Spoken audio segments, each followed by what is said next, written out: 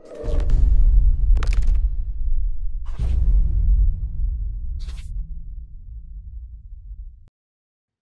ಓಂ ಗುರುಭ್ಯೋ ನಮಃ. ಎಲ್ಲ ಆತ್ಮೀಯರು ಕೂಡ ನಮಸ್ಕಾರ.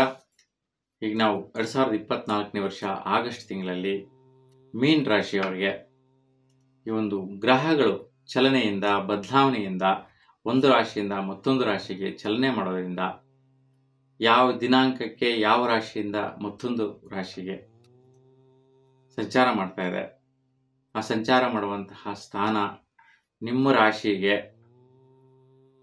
ಯಾವ ರೀತಿ ಪ್ರತಿಫಲ ಸಿಗುತ್ತೆ ಅನ್ನೋದನ್ನ ಗಮನಿಸೋಣ. ಆದ್ಮೇಲೆ ನಮ್ಮ ಚಾನಲ್ನ ನೀವೆಲ್ಲರೂ ನೋಡ್ತಾ ಇದ್ದೀರಾ. ನಮ್ಮ ಚಾನಲ್ ಬರುವಂತಹ ವಿಚಾರಗಳು ನಿಮಗೆ ಸ್ಪಂದಿಸ್ತಾ ಇದ್ರೆ ದಯವಿಟ್ಟು ಕಾಮೆಂಟ್ಸ್ ಮುಖಾಂತರ ತಿಳಿಸಿ, ಅಥವಾ ಇಷ್ಟ ಆದಲ್ಲಿ ಲೈಕ್ ಕೊಡಿ, ನಿಮ್ಮ ಹಿತೈಷಿಗಳಿಗೆ ಸ್ನೇಹಿತರಿಗೆ ಶೇರ್ ಮಾಡಿ, ಸಬ್ಸ್ಕ್ರೈಬ್ ಮಾಡ್ಕೊಳ್ಳೋಕೆ ಹೇಳಿ.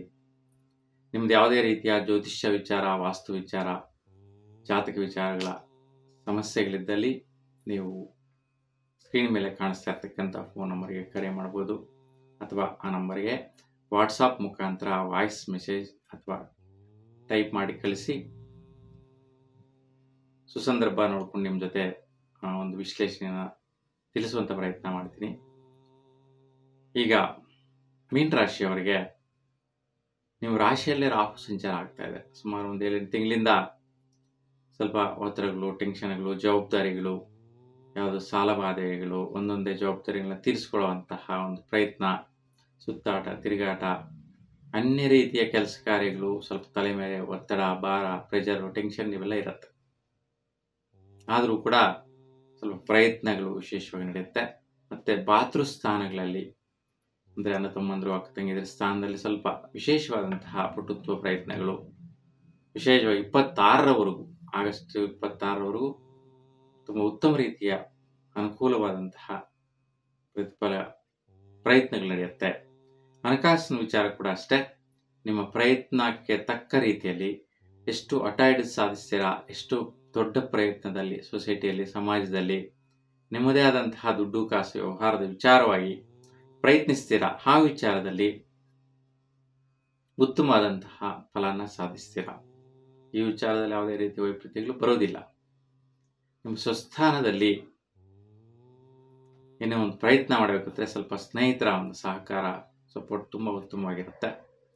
ವಿದ್ಯಾರ್ಥಿಗಳಿಗೆ 22ರ ನಂತರ ಬುಧ ಕಟಕ ರಾಶಿಯಲ್ಲಿ ಸಂಚಾರ ಮಾಡೋದ್ರಿಂದ, ಕಟಕ ರಾಶಾಧಿಪತಿ ಚಂದ್ರನಿಗೆ ಬುಧ ಶತ್ರುಭಾವವಾಗಿರೋದ್ರಿಂದ ಸ್ವಲ್ಪ ಕಸಿವಿಸಿಯಾಗುವಂತಹದ್ದು, ಮಾನಸಿಕವಾಗಿ ವ್ಯತ್ಯಯಗಳುಂಟಾಗುವಂತಹದ್ದು ಮೀನರಾಶಿಯವರಿಗೆ, ವಿದ್ಯಾರ್ಥಿಗಳಿಗೆ ಸ್ವಲ್ಪ ಗಮನ ಹರಿಸುವಂತಹ ಸಮಯ ಆಗಿರುತ್ತೆ.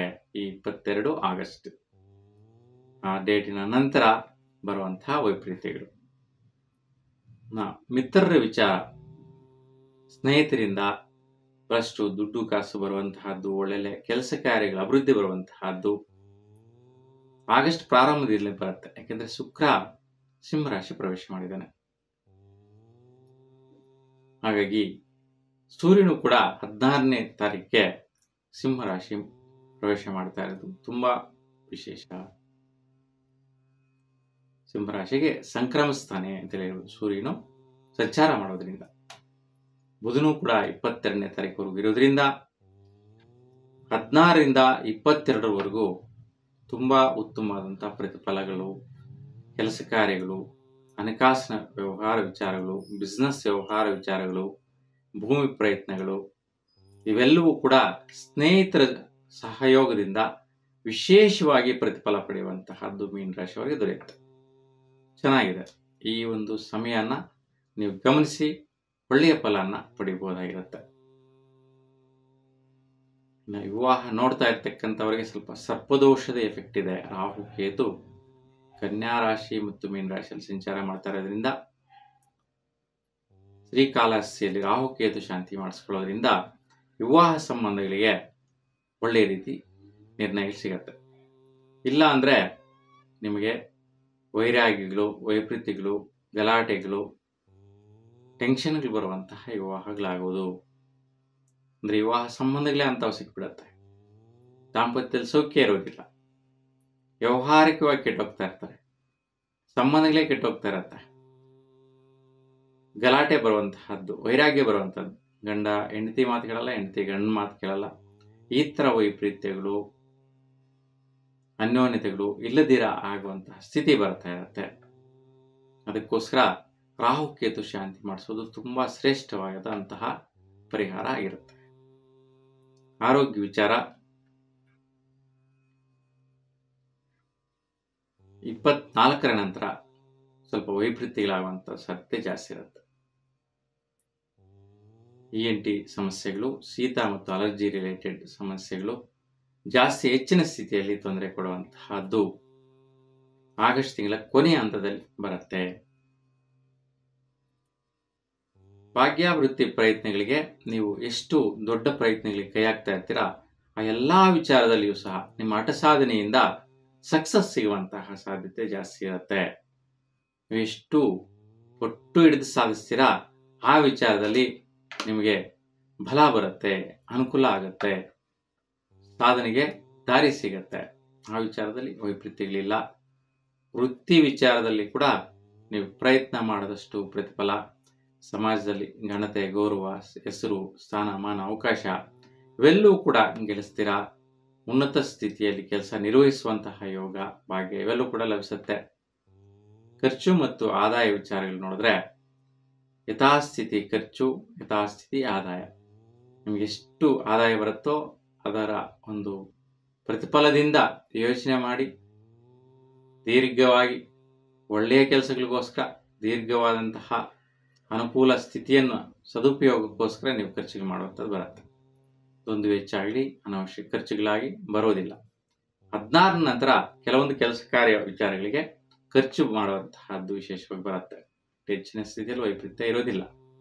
ಕಾರ್ಯವಾಗಿ ಮೀನ ರಾಶಿಯವರಿಗೆ ವಿವಾಹ ವಿಚಾರ, ದಾಂಪತ್ಯ ಸ್ಥಾನದ ವಿಚಾರ, 24ರ ನಂತರ ಬರುವಂತಹ ಸಂಬಂಧಗಳು ನೀಚ ಸ್ಥಿತಿ ಇರುತ್ತೆ.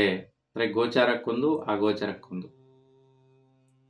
ಗೋಚಾರದಲ್ಲಿ ಚೆನ್ನಾಗಿದ್ದಂಗೆ ಕಾಣಿಸ್ತಾರೆ, ಆ ನಂತರ ಗೊತ್ತಾಗತ್ತೆ ಅವರ ಎರಡನೇ ಮುಖ, ಕಾಣದೇ ಇರ್ತಕ್ಕಂಥ ಮುಖ.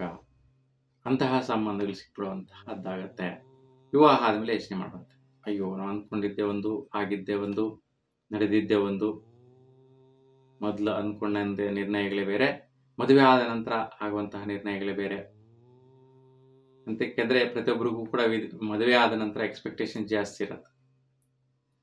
ಹೆಂಡತಿ ಗಂಡನ ಕಡೆ, ಗಂಡ ಹೆಂಡತಿ ಕಡೆ, ಹುಡುಗ ಹುಡುಗಿ ಇವರ ವಿಚಾರದಲ್ಲಿ ತುಂಬಾ ಯೋಚನೆ ಮಾಡಿ ಮದುವೆ ಮಾಡ್ಕೊಳ್ಳುವಂಥದ್ದು ಇರತ್ತೆ.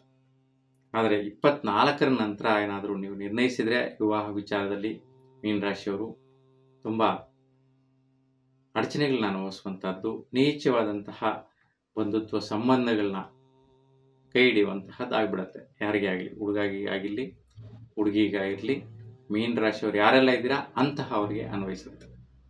ದಂಪತಿಗಳು ಕೂಡ ಸ್ವಲ್ಪ ಸಮಸ್ಯೆಗಳು, ಫೈನಾನ್ಷಿಯಲ್ ವಿಚಾರದಲ್ಲಿ, ಶುಭ ಕಾರ್ಯ ವಿಚಾರಗಳಲ್ಲಿ ತೊಂದರೆಗಳು ಕಾಣಿಸುವಂತಹ ಸಾಧ್ಯತೆ 24ರ ನಂತರ ಬರುತ್ತೆ. ಈ ಒಂದು ವಿಚಾರ ಬಿಟ್ಟರೆ ಬೇರೆಲ್ಲ ವಿಚಾರಗಳಲ್ಲೂ ಸಹ ಉತ್ತಮವಾದಂತಹ ಸುಫಲ ಇದೆ. ನಿಮ್ಮೆಲ್ಲರಿಗೂ ಒಳ್ಳೆಯದಾಗಲಿ. ನಮಸ್ಕಾರ.